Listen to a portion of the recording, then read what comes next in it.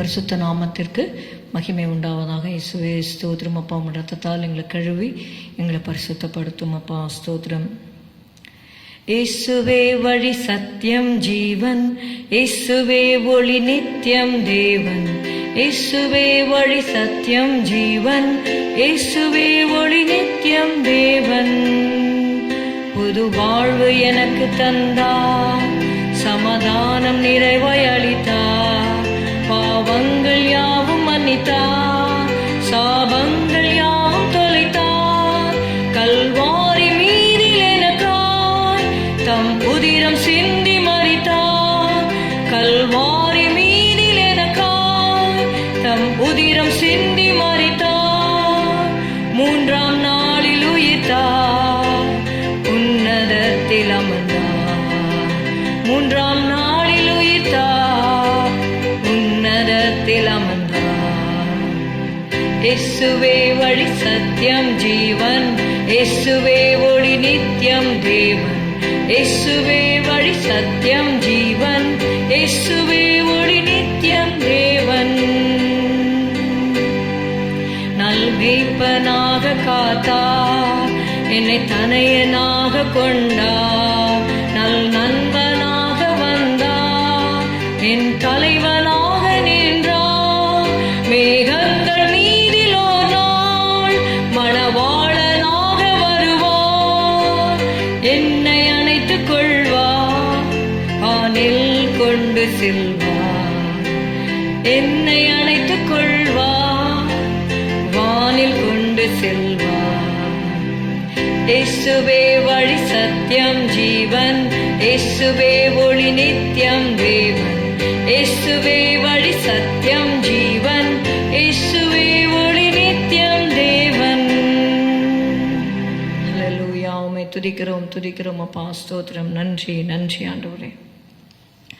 1 தெசலோனிக்கேயர் 3வது அதிகாரம் 13வது வசனம்.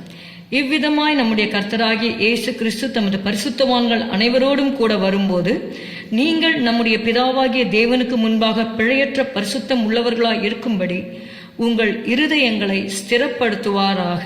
Let's read 1 Thessalonians chapter 3 and verse 13. To the end he may establish your hearts unbelievable in holiness before God, even our Father, at the coming of our Lord Jesus Christ with all his saints. Amen. Here we see the Lord has to establish our hearts.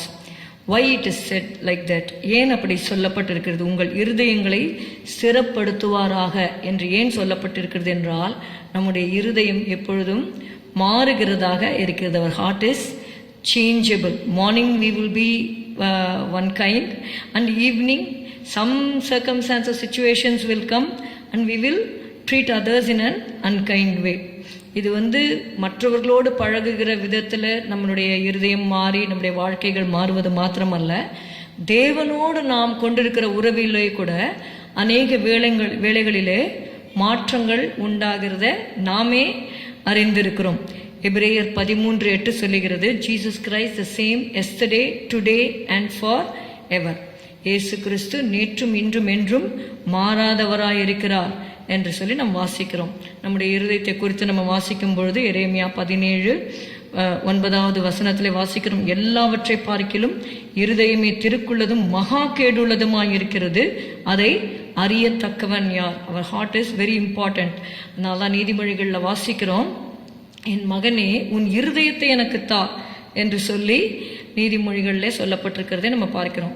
உபாகமம் 8வது அதிகாரம் 2வது வசனத்திலே கர்த்தர் பேசும்பொழுது சொல்லுகிறார், உன் தேவனாகிய கர்த்தர் உன்னை சிறுமைப்படுத்தும்படிக்கும் தம்முடைய கட்டளைகளை நீ கைக்கொள்வாயோ கைக்கொள்ள மாட்டாயோ என்று அவர் உன்னை சோதித்து உன் இருதயத்தில் உள்ளதை நீ அறியும்படிக்கும் உன்னை இந்த 40 வருஷம் அளவும் வனாந்திரத்திலே நடத்தி வந்த எல்லா வழியையும் நினைப்பாயாக. Let's read Deuteronomy chapter 8 and verse 2.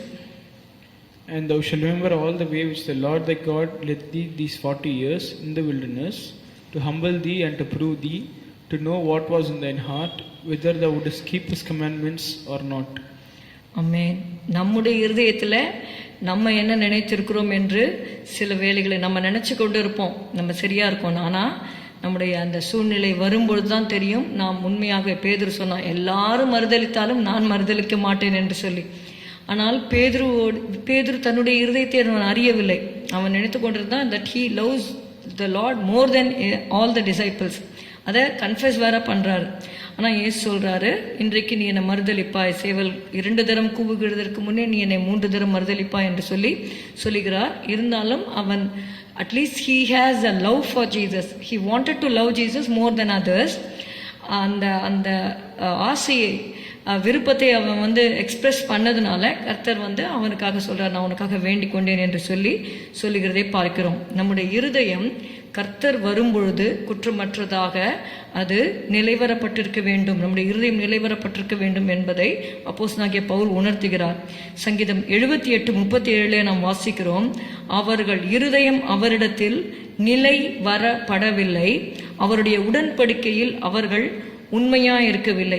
இதை ஒரு டிரான்ஸ்லேஷன்ல நம்ம வாசிக்கும் பொழுது their hearts were not constant toward him. சில இடங்கள்ல steadfastன்னு இருக்கும், சில இடங்கள்ல Psalm 78:37. Let's read in English.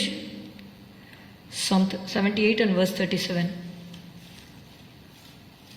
அவர்கள் இருதயம் அவரிடத்தில் நிலை for the heart was not right with him. Okay, for their heart was not right with him என்று சொல்லி கிங் ஜேம்ஸ் வெர்ஷன்ல இருக்கு. In other translations if you see it's written their hearts were not constant toward him. நிலை வரப்படவில்லை. அதனால்தான் தாவீது கூட சொல்லுகிறாரு, நிலைவரமான ஆவியை என் உள்ளத்திலே புதுப்பியும் என்று சொல்லி. அப்போ நம்முடைய இருதயம் அவருக்குள்ளே நிலைவரப்பட வேண்டும். when our heart is established it will become blameless. இங்க பாத்தீங்கன்னா நம்முடைய பிதாவாகிய தேவனுக்கு முன்பாக பிழையற்ற பரிசுத்தம் உள்ளவர்களாக இருக்கும்படி உங்கள் இருதயங்களை ஸ்திரப்படுத்துவாராக. இருதயம் ஸ்திரப்பட்டால் நாம் அவருக்கு முன்பாக பிழையற்ற பரிசுத்தம் உள்ளவர்களாக வாழ்வதற்கு அது ஏதுவாக இருக்கும். 12வது வசனம், how to be steadfast, how to be constant, how to keep our heart constant towards God.